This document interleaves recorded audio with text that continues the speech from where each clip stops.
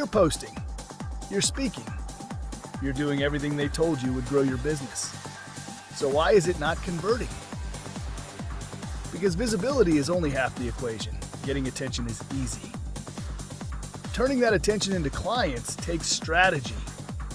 VoiceLab was built to solve that. This is where front-end visibility meets back-end conversion. You learn how to get on stages, create your own platforms, and use podcasts, summits, and workshops to grow your audience and generate real leads. Then you learn what most people never build. A system that captures those leads, follows up, nurtures relationships, and turns interest into revenue. Email and newsletter strategy that actually gets responses. Workflows, not just more noise. Real connection that leads to real business. Inside VoiceLab, you are not guessing. You're learning the how. You're implementing in real time.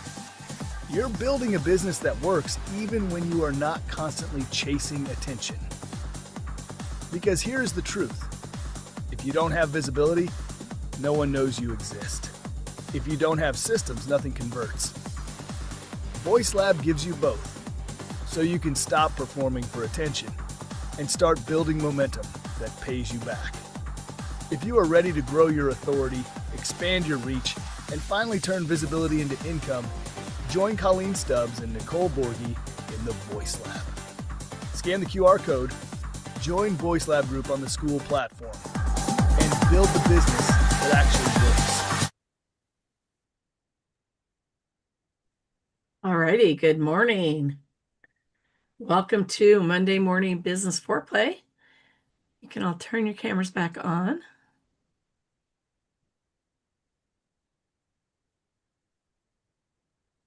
Good morning, good morning. How is everybody? Welcome to Monday Morning Business Foreplay. I'm excited today. I have Malcolm with us. And Malcolm, I'm going to be perfectly honest with you. Your topic was a little bit different than what I expected and what I've experienced. But nonetheless, very excited to be here with you and really dive into this. But first, before we get started, Malcolm, I would love it if you would tell us a little about you as a person, so that you're more relatable to our audience. Maybe give us a little bit of history on you, what brought you into this part of your business. Okay, so I am a human being, and a person. I speak with words. I am very educated. Oh my gosh, I love that word. I didn't know anybody else uses that word. I use that a lot. Yes. No, I am, who am I? I'm an actor, a comedian. I am the stand-up CEO, and now I help businesses and entrepreneurs with the power of improv and laughter. I help them scale their businesses somehow. So with businesses, either small or large, or medium, I help them solve their people problems using this, and team building and employee engagement, things like that. And with entrepreneurs, I help them scale their business, i.e. sell better using improv and laughter. Good. I'm excited to learn about this because I feel like laughter is really the thing that can de-escalate super quickly. It's also relatable, but what a great tool to be able to bring into our businesses, right? And then also into our relationships and all the things that we do. So with no further questions, I'm going to allow you to go ahead and take over, Malcolm, and teach us all the things we need to know about how sharing laughter and listening and saying yes can transform how we communicate, how we connect, and how we grow our business. Great. Okay. Well, first, let's start with the relationship, since you brought that up as well. Laughter is connection. Laughter is connection. And that helps So with building a relationship, that's what business is all about. That's what our personal lives, that's what life is all about. Life is all about business. Our life is all about connections. And actually, let me go ahead and let me start by informing you and your listeners this. So I have a disability. I have it's a physical disability.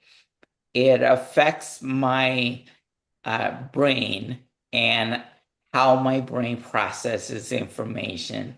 And sometimes frequently, I lose my words and ideas.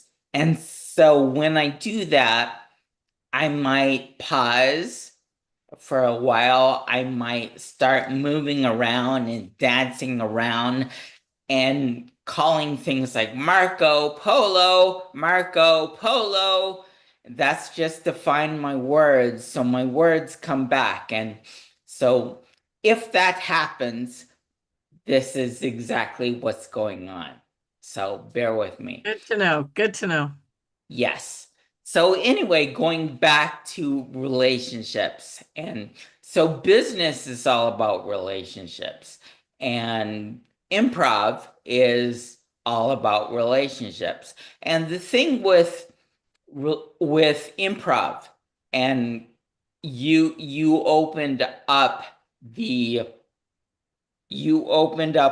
show by noting this, is that this is not a usual topic for businesses. When they hear improv, when most people hear improv, automatically they think theater, they think comedy, they think entertainment. And yes, that is where improv was born. And improv is used most often in the theater and in comedy. But the applications of improv, they are essential to business. These are the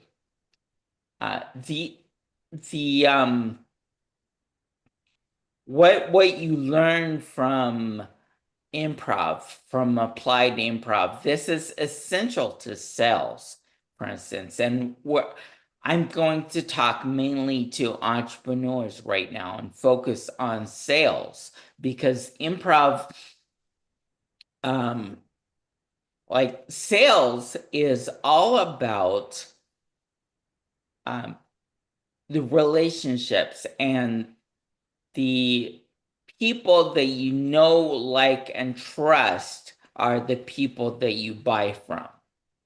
And with improv, that really helps with sales. The first way that it helps with sales, and most importantly, is it forces you, the salesperson, to listen, to be 100% present and listening. Oftentimes when we are in, I say we, but some people, oftentimes there are people that are listening to the other person just to find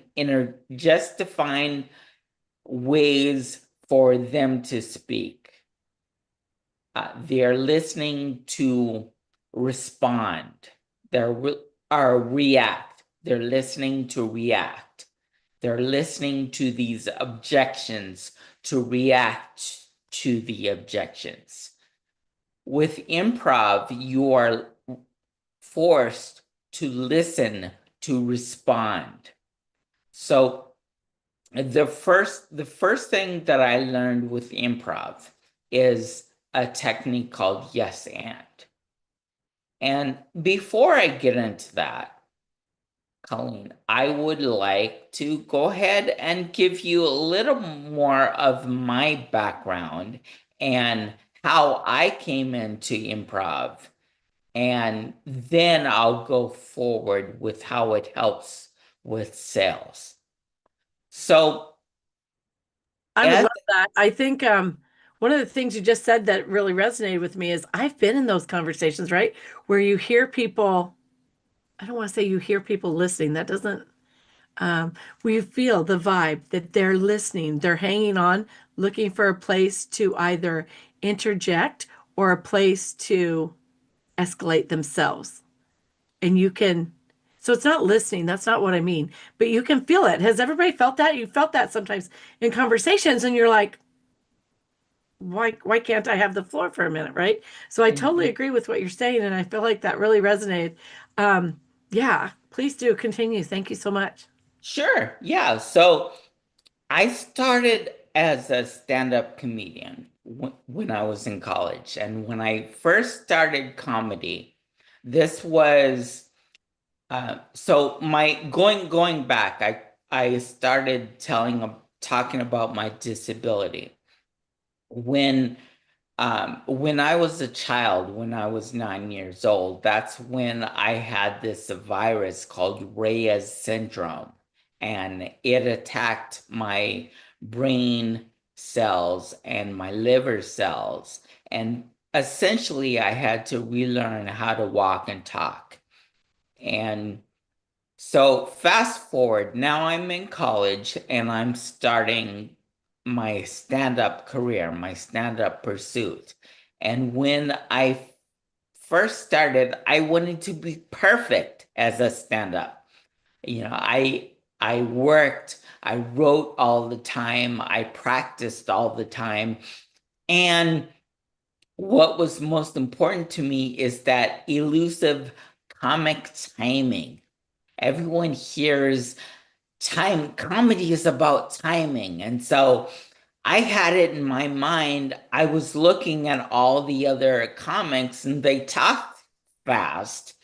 And so at the time, I couldn't talk as fast as I'm talking right now. My brain, it couldn't process things as fast as it could, as fast as it can right now. And so I was fighting who I was at the time to try and be what I thought a stand-up comedian should be. And lo and behold, it wasn't working. I was bombing. And then my inner bully, that voice that a lot of people have, we call it the uh, syndrome, imposter syndrome. Imposter syndrome. You're not good enough. So that voice was saying, you can't do this, Malcolm. You're not good enough. You're not funny. You talk too slow. You should just quit. And eventually, Coleen, that's what I did. I ended up quitting comedy, and I got a job. I got a couple of jobs, but I wasn't happy. There was, I had something inside of me, wanted more. And a friend of mine suggested that there was an improv troupe that needed some box office help. So I volunteered for that. And that led to my taking improv classes. And with my improv classes, there was the very first basic concept is something called yes and. And I'm sure most of your listeners have heard about this. Yes and. That is a simple concept of yes, accepting whatever the offer is and building on that offer. So yes and was the very first concept that I learned. And now fast forward to my being an entrepreneur and sales and selling things, selling my service. Well, yes, and concept, it works with sales objections as well, because yes, remember, yes is accepting whatever offer is given, whatever offer is given. A good offer, a bad, what we call a bad offer, right? Or like a sales objection. It costs too much. That's the offer. We're listening to that and we're building on it. So that's a concept that I learned in improv and I brought over to sales, and it is essential in sales. Why? Because when we use yes and, the person that we're talking to can recognize we're listening to them. We are collaborating with them. We are not just responding. We are just reacting. We're not just trying to sell something. We're actually trying to collaborate with them. And that establishes a better reaction from them. It establishes a better relationship, a stronger relationship. And this goes back to what I said before. People buy from people they know, like, and trust. And so this strengthens that relationship. So that's just the foundation of how improv helps with selling and handling sales objection. So now let's go back to my story of when I was taking improv classes. Another very important lesson I learned is that mistakes are gifts. Mistakes are gifts. I was in a scene where I was wanting to end the scene by saying, "Have a nice day." That was part of my brain. And then the other part of my brain was saying, "No, we'll end the scene by saying, 'See you.'" And so what ended coming out was, "Have a nice you." And then I froze. And that voice, that inner critic, that inner bully was coming back, and it was saying, "Look, Malcolm, see, you really messed up again. You messed up again. How dare you say something like that? Have a nice you." The audience doesn't know what that means. But my scene partner said, "Well, thank you. I've been working on myself recently. And it's good to see that someone recognizes it." And the audience started to chuckle. And so I built on that.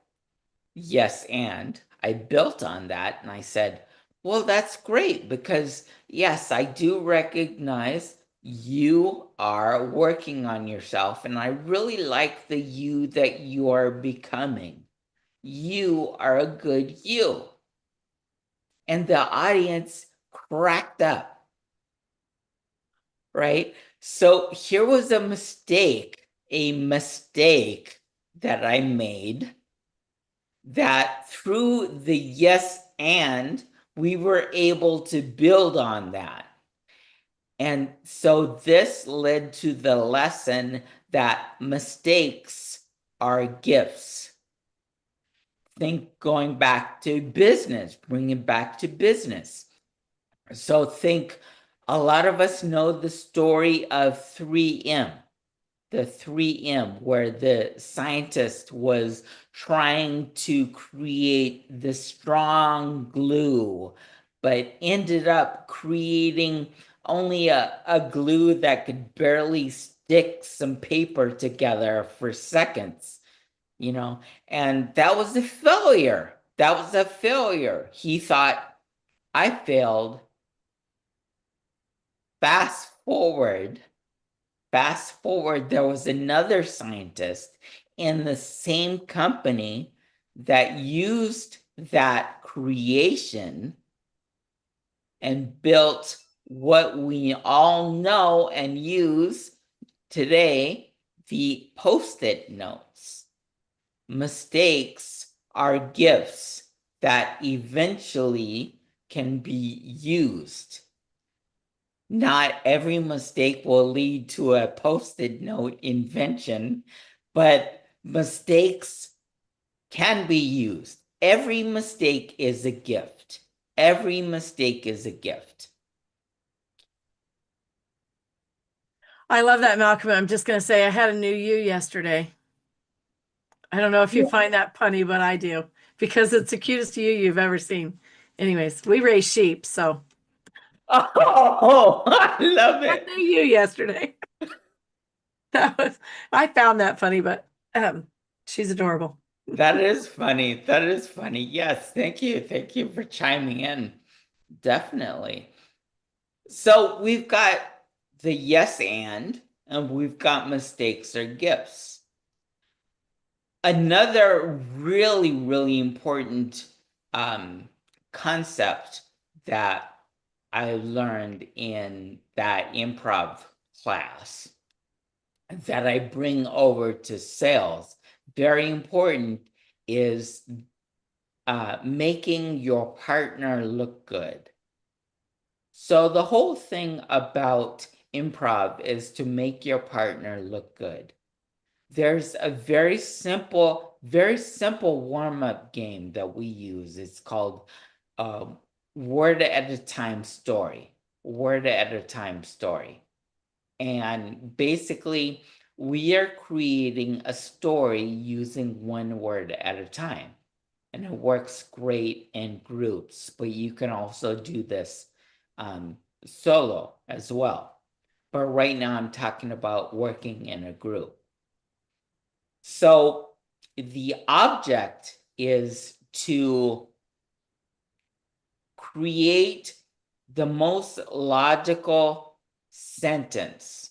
Okay, so for instance, if you and I, Coleen, were doing this and I would say once, you would say upon, I would say a, you would say time, right? Right. Okay, so we're giving the next logical word, and we're helping our partner that way, because if I say, if we go once upon, if I say a, hey, well, it's logical based on what I've heard before.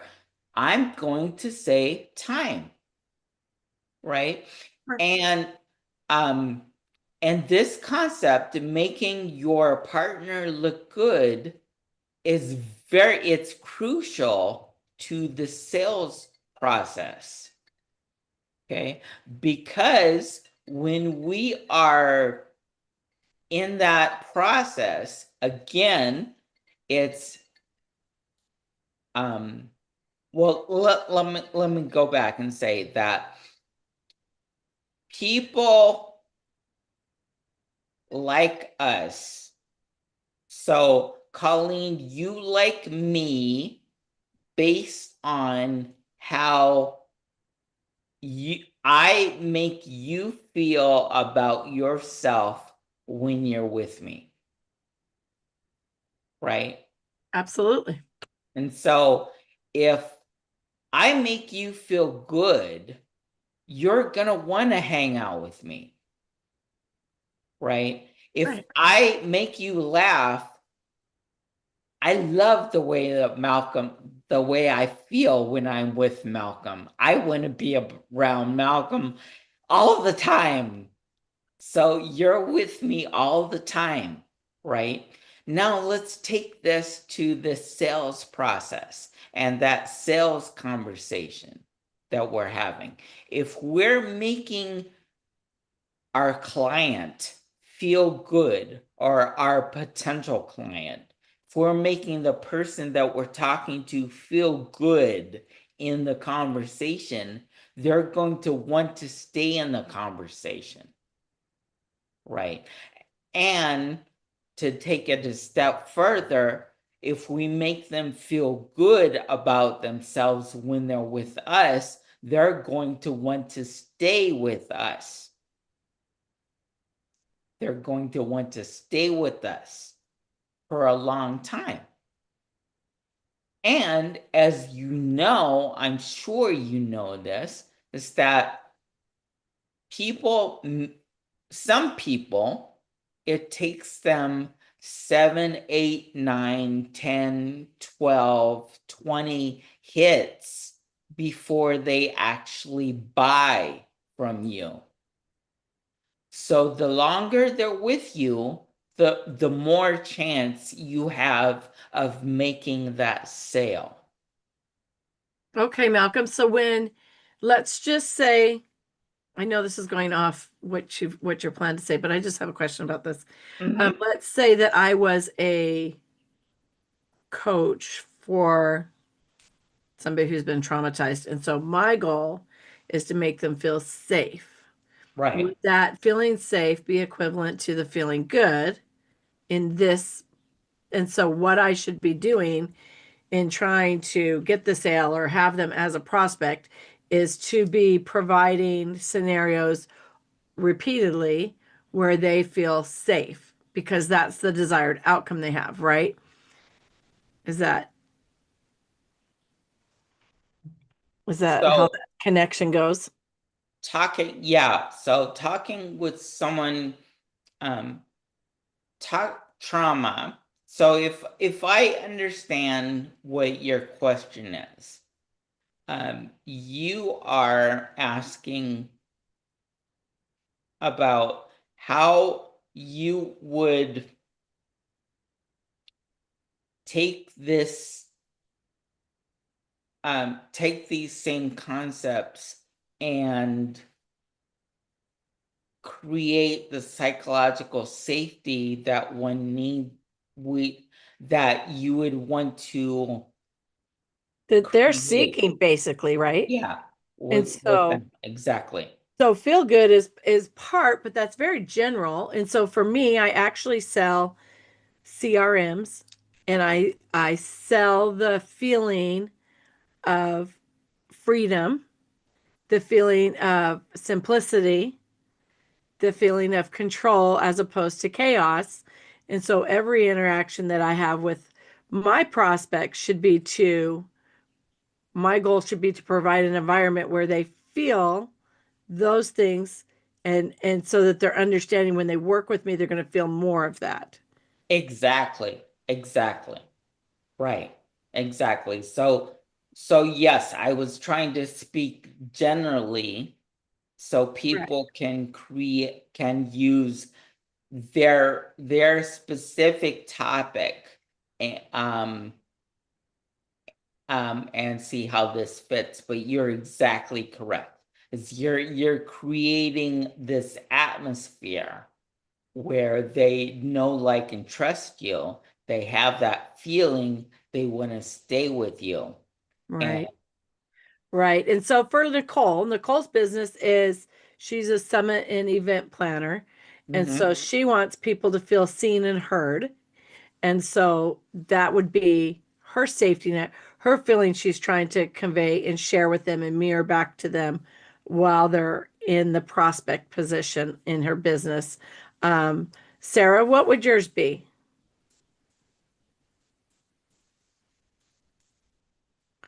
I can't hear you, Sarah. Sorry. There you are. There I am. I'm just loving this conversation. Thank you so much for coming and talking to us about this. So to me, I'm not really sure. Am I able to say that? No, Well, you can say that. I midlife think when I plan. go in your world, Yeah. I feel clarity, I feel support, and I feel unrushed. And so to me, that's a little bit more difficult to bring in, but I guess that's why I'm not the expert in it and Sarah is, right? Well, it's true that I that's the ultimate goal. Thank you. Um, I want to say that it's the mentoring and getting the women to really show up for themselves and coming with whatever they are going through right then and there. So it's not always easy to put the finger on it, if you will. Right. I would see that for sure, but I think that you do a good job of it, however you do it. Nicole, you had a question?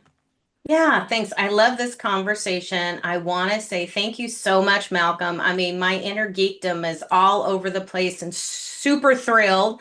I was a drama student and a tech geek, and that absolutely is my thing. And I realize in your conversation how much it does have to do with the pivot and what we do and how we listen to our audience, right? Because it's fun. And when you're doing improv and you're mirroring and you're walking around following people or bouncing ideas off each other, it's kind of what we do in our light conversation, right? With our friends, is how much we do this, how much we kind of role play life into the conversation.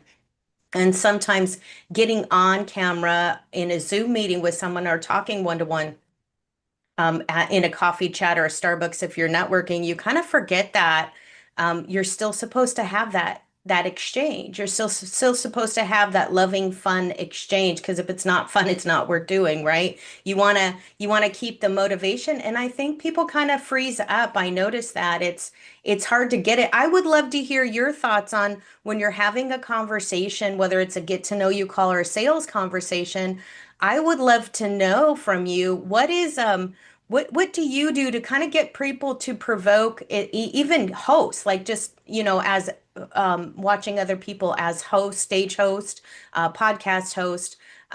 They forget they're supposed to have an exchange and they're not supposed to interrogate their guest, right? And they kind of think they want to have that control, but I think what Coleen does in such a loving manner here and is so great in conversation is kind of guiding, but letting you have the stage and sharing your thoughts and ideas, so people can relate to you in business and maybe provoke you new unique thought. What do you do to kind of provoke a conversation with someone, instead of, hey, how you doing? Hope it's all well in this day and age of tech and AI. What do you do to kind of provoke calming conversation, to have fun with someone, to kind of really get them to talk to you? Well, it all comes from listening with me personally. And listening comes from asking the right questions. So I start asking questions. The questions that you asked to were they're like very basic beginning questions that to make a person feel safe, to it's safe now to start talking, to respond to Malcolm at this point. So I would start by listening, asking those questions, and then really listening to their reactions. And this is another skill that improv really helps with. Listening to the entire answer, listening to the answer behind the answer. So again, to take it to the sales objections, listening to the objection behind the objection, listening to the body language, listening to everything. And when I listen to someone, then that gives me an idea of the type of atmosphere that they feel safe in, what they want, their pain points, what they want to solve, what makes them feel safe.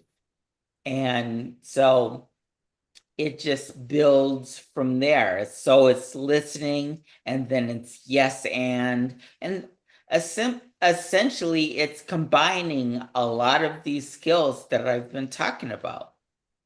I love that. And I will say that a lot of times, well, in one of my networking things that I go to, they often ask, what is something what's a super skill you have that people don't know or people don't notice? Or maybe they'll say, what's something that you notice that other people don't? And one of the things that I always say is listening to people's feelings. And I do that by listening to their reactions, not their words, not even so much just their movement, but the after effect of what they say in response to different things, the after effect they have after they say something. And so I feel like, yeah, absolutely. Listening to reactions is so much more encompassing than just listening to words or listening to a conversation, right? Mm-hmm. Carl, I Exactly. see you have a question. Yeah, it's a question with a comment. Okay, I've been doing sales training for a long time, and everything you're saying is correct, by the way, in my opinion. I think that the asking questions, I mean, one of the biggest things I train is selling isn't telling, it's asking. And so you have to ask questions to find out, but it also gives you an opportunity to find out what their personality is so that you can better match yourself, because people they like to be seen like they are, not like you are, you know. So if you can match that, I believe you might agree with that. And then once you learn their personality, you try to match that personality the best you can without losing your own personality, and then move forward. But the other thing, and I made a note of it because when you were talking about objections, is something that I learned years ago was if you don't argue, if you don't disagree with somebody, they can't argue with you. So if you say yes, I understand what you're saying, and then ask another question, you can overcome objections that way, but without being confrontational. So how do you feel about what I just said? 100%. 100%. Okay. I think we're going to call that the yes bridge.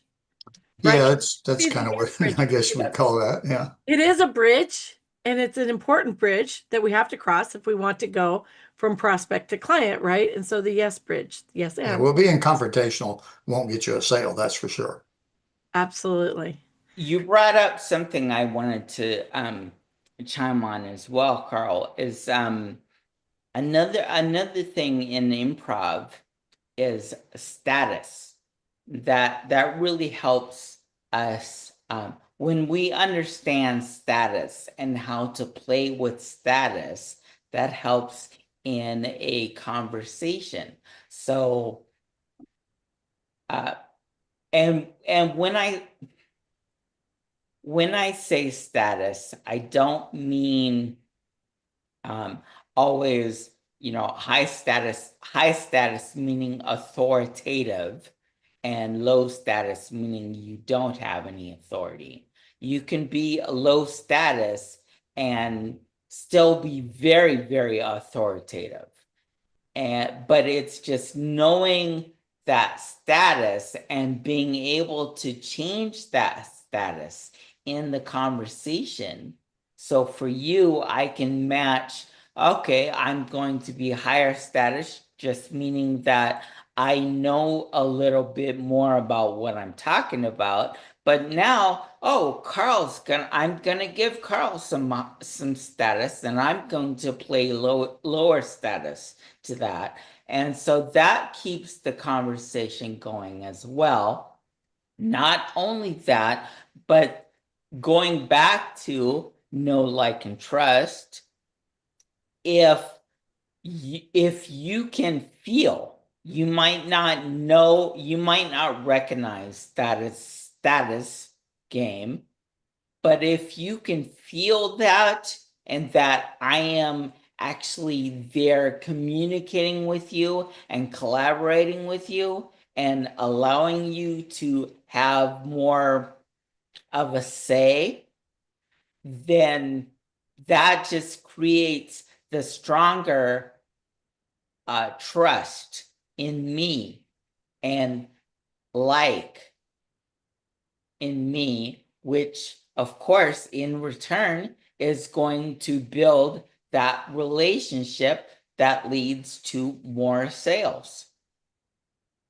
I love that, Malcolm. And I feel like when we bring into our relationships with our prospects, when we treat that as a collaboration to help them reach their goals, clearly, whatever that is, but to be a better them, to have a better system, to be more comfortable, whatever our service provides for them, to get better sales, to get more sales. When we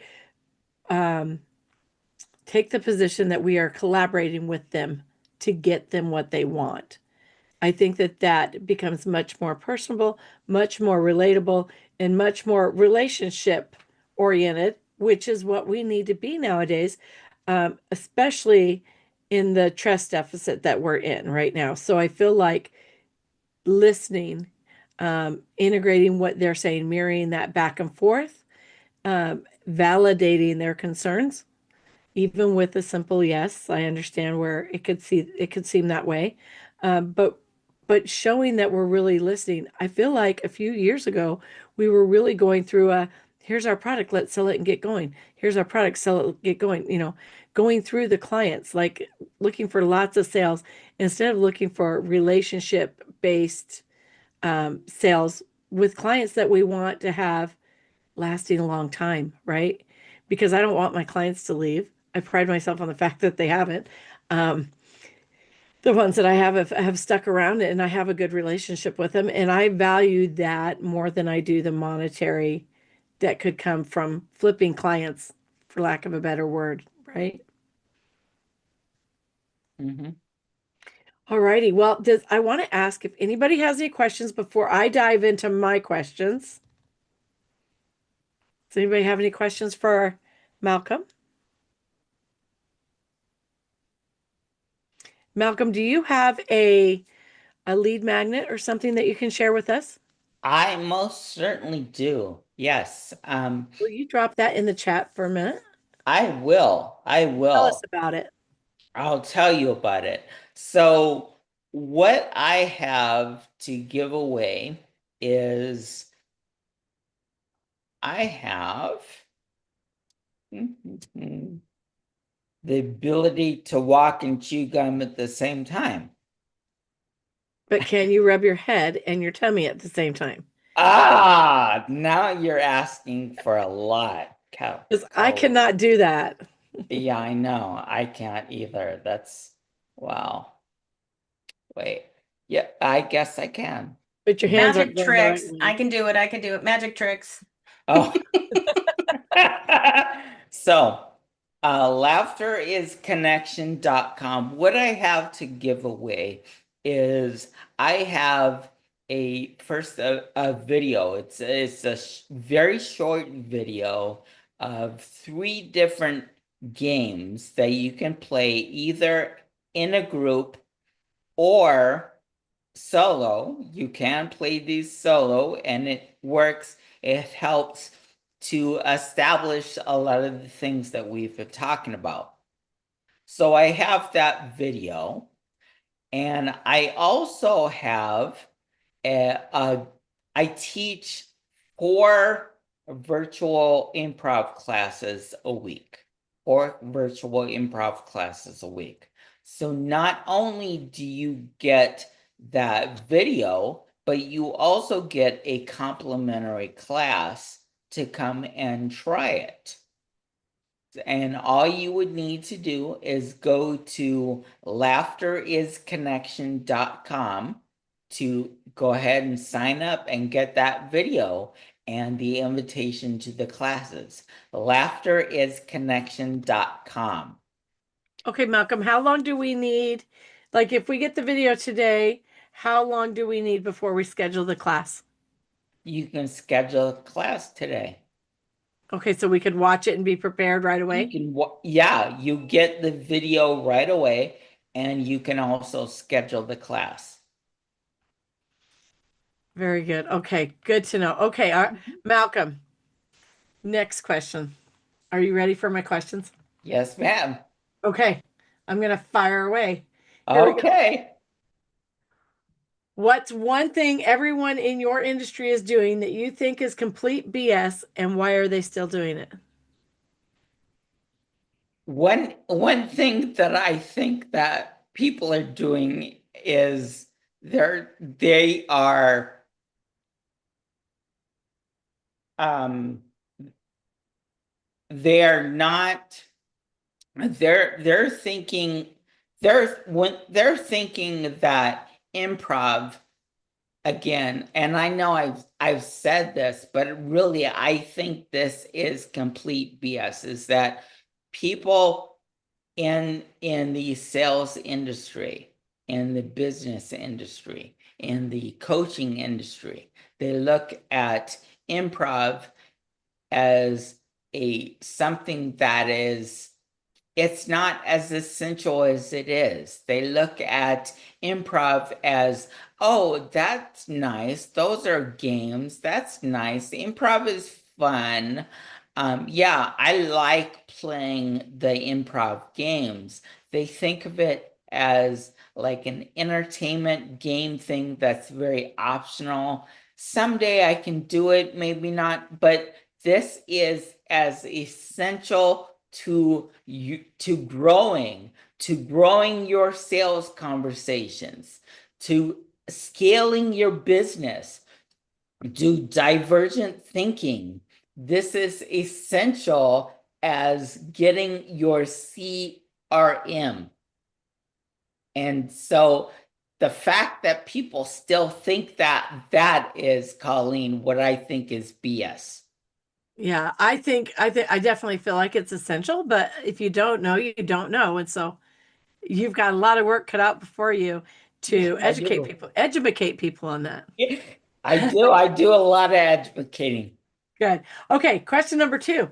What's a mistake that you made that cost you serious money or time that you kept making anyways because you were too proud or too scared to admit it wasn't working?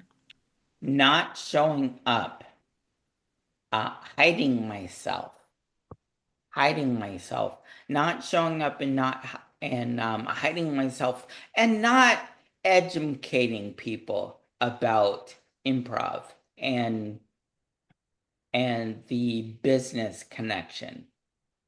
I think that because it was something that I myself got in that mindset where, yeah, improv is great.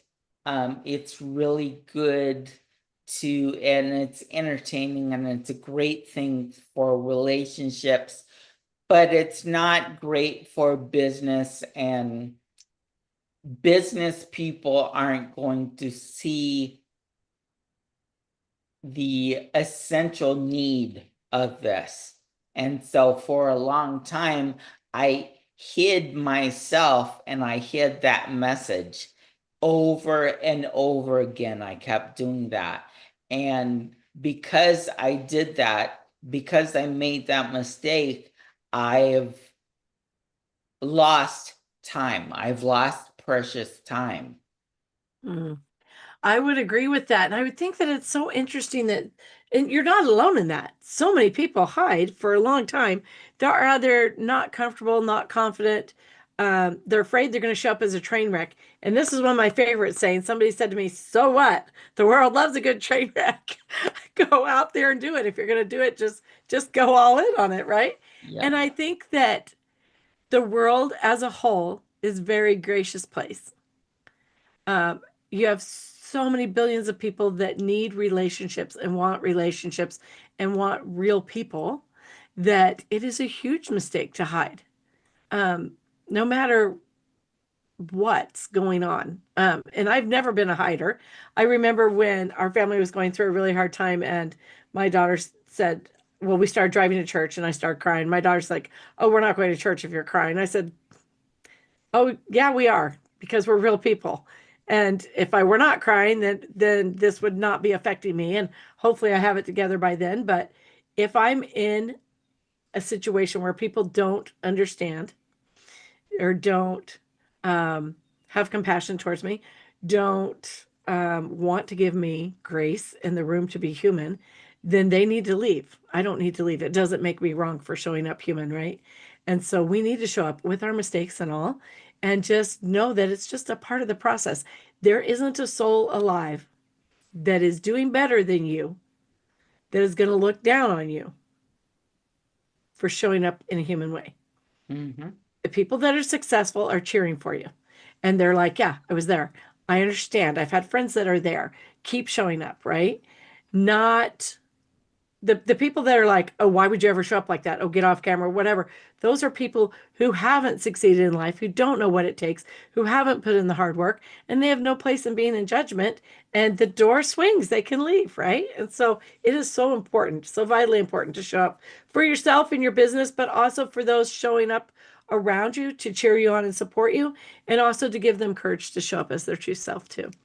All right, Yep. question number 3. Are you ready, Malcolm? Here we go. I'm ready. Bring it on. If you could give only one piece of advice to somebody in your industry, but it would go completely against the grain, what would it be and why is it worth the backlash? So just to clarify, the advice that I'm giving is something that's going against the grain. Yep. Is that right? Yep. Okay. Absolutely. All right.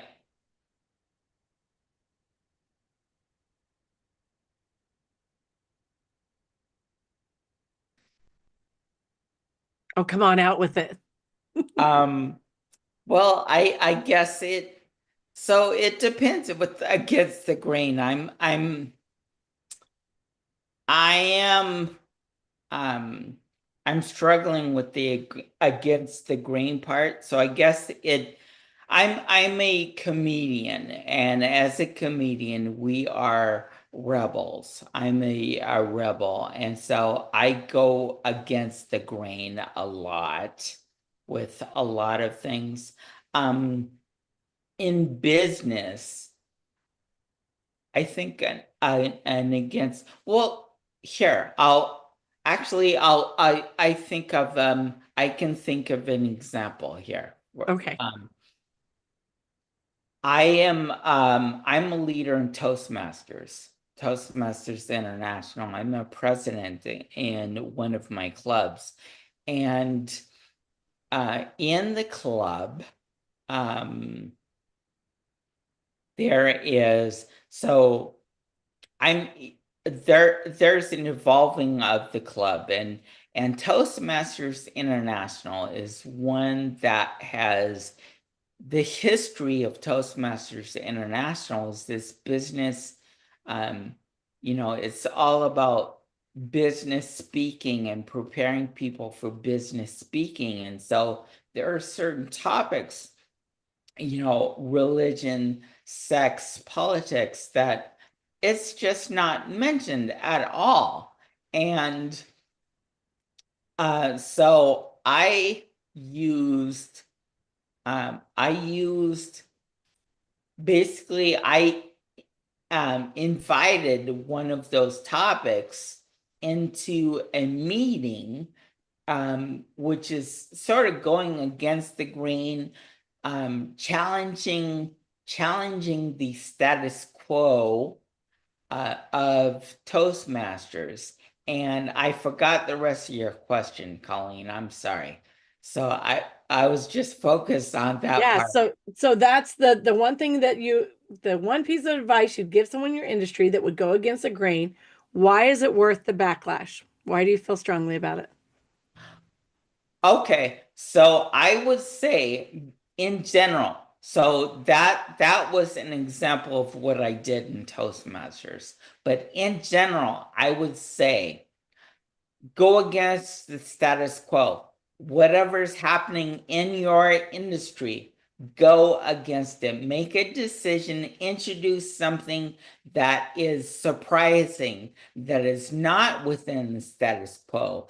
And the important why you want to do that and why it's worth the backlash is because we won't grow without challenges. Just like Carl said earlier, if we have these arguments, well, challenges, I don't like arguments. Arguments has a bad connotation, negative connotation to it. If we have these challenges, if we're challenged, that's the only way that we continue to grow. That's the only way that I'm standing here right now doing what I'm doing right now today is because I was challenged with the Raya syndrome and with having to relearn how to walk and talk. And I met that challenge. And then all dealing with all the bullying, both external and internal. I met that challenge. And then with the challenge of stand-up comedy and becoming a stand-up comic, and how do you deal with that? I did that challenge. Thank you, Nicole. Nicole's accepting my challenge. All right, Nicole, I'm challenging you. And that's the only way that I'm doing what I'm doing today. Okay, but that's the magic point, because that sets you apart. Mm-hmm. Going against the grain sets you apart, makes you unique, and makes people take notice of you. It's a huge business tool. Right. And that's why it's worth making a mistake. It's worth going to a Toastmasters meeting and saying something that shocks everyone because it's challenging. I agree. And it's also memorable. And so let me share this with you. I was in a business meeting one time when sex was brought up. Mm-hmm. And it was shocking. And it changed the way that I looked at my clients. And so I'm going to share that with you. It's one simple line. The way that you treat your spouse when you don't want to have sex with them is the way that they treat you when you want to have sex with them. Turn that around to your clients. The way that you treat your clients when you don't want to do business with them is the way that they treat you when you do want to do business with them. Yeah. I love it. I love And it. it's so much truth and so powerful. And when people start talking about that, they're like, what did you say about your spouse having sex? Yeah, we talked about that in public. And the thing is that there's just so much truth in it. And it goes back to, like you were saying, relationship building, actually listening and connecting and relationship building. And that is huge. So thank you so much, Malcolm. This has been amazing. I have thoroughly appreciated this. And if today's conversation has helped anyone see something differently or make a clearer decision or take a meaningful step forward, then this hour did exactly what it was supposed to do. Thank you so much, Malcolm. Thank you, Coleen. I appreciated the time. This has been wonderful. All right, everybody, have a good week.